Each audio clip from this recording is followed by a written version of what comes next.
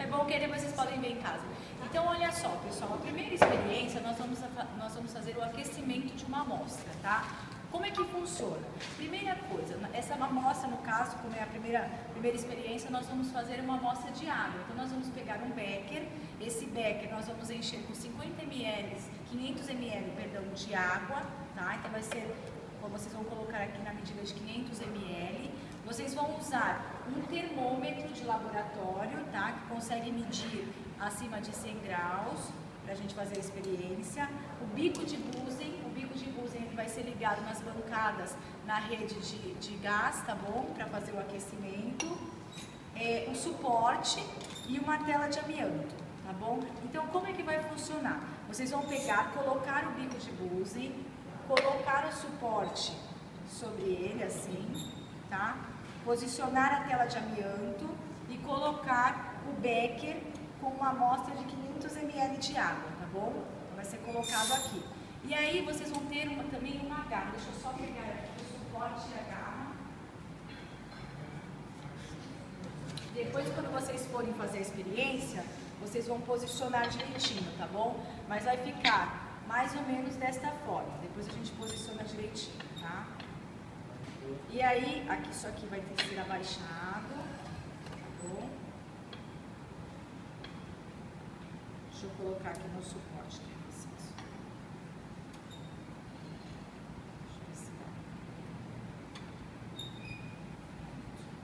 Então, aqui, e isso aqui vai ficar segurando o termômetro. O que vai acontecer?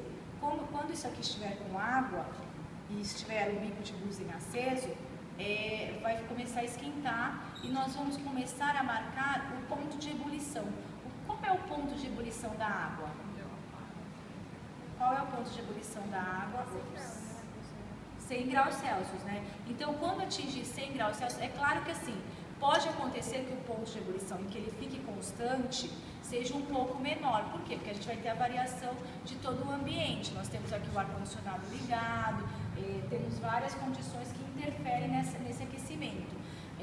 A pressão atmosférica, apesar de nós estarmos no nível do mar, sempre tem uma diferença, nós não estamos zerados completamente. Então tem uma diferença aí, por exemplo, em torno de 10 metros, 20 metros. Então, assim, nunca a gente vai conseguir os 100%. Pode acontecer de conseguir, tá? Mas normalmente a gente vai ter em torno de 98 graus, 99, tá bom? Então, quando chegar em 99 graus, é a temperatura constante, é o ponto de ebulição.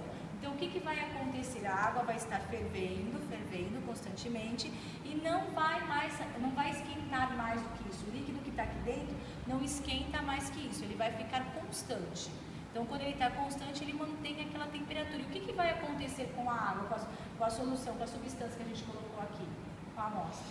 O que vai acontecer com ela?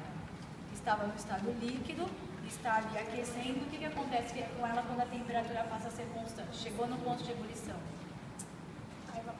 Ela começa a evaporar. Então, vocês vão perceber vapor d'água, tá? Então, começa a evaporação. A partir desta evaporação, quando a gente perceber que está constante, nós vamos adicionar sal. O que acontece quando a gente adiciona sal? Lembra que eu falei sobre isso nas aulas com vocês? O que acontece? Ajuda a esquentar, não é?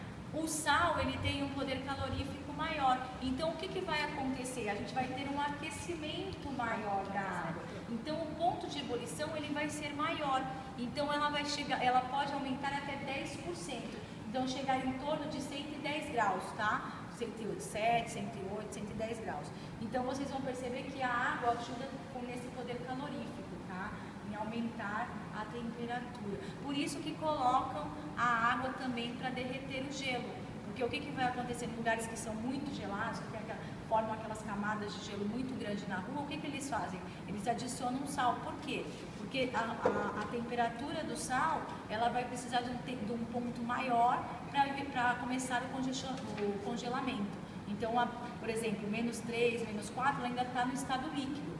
Então, ela vai precisar que esteja mais baixa para que possa haver o congelamento. Então, isso faz com que eles joguem o sal e, ao invés de ficar no estado sólido, passa para o estado líquido e diminui a camada da neve, tá bom? Então, é assim que eles fazem. Eles usam o sal para isso. E quando eles colocam sal no gelo para aumentar, para fazer com que a temperatura da cerveja, por exemplo, do refrigerante, fique mais gelada. Quando eles fazem isso, funciona? Sim. E quando a vovó coloca o sal nas batatas que está fervendo, aumenta o poder calorífico? Sim, também. Por quê? Porque a água vai chegar numa temperatura maior. Então isso vai fazer com que... Na verdade, sua vovó não faz isso? A minha faz. Então, a vovó é demais, minha né? vovó é o máximo, adora química. Ela é super vovó. Então é assim que funciona, tá?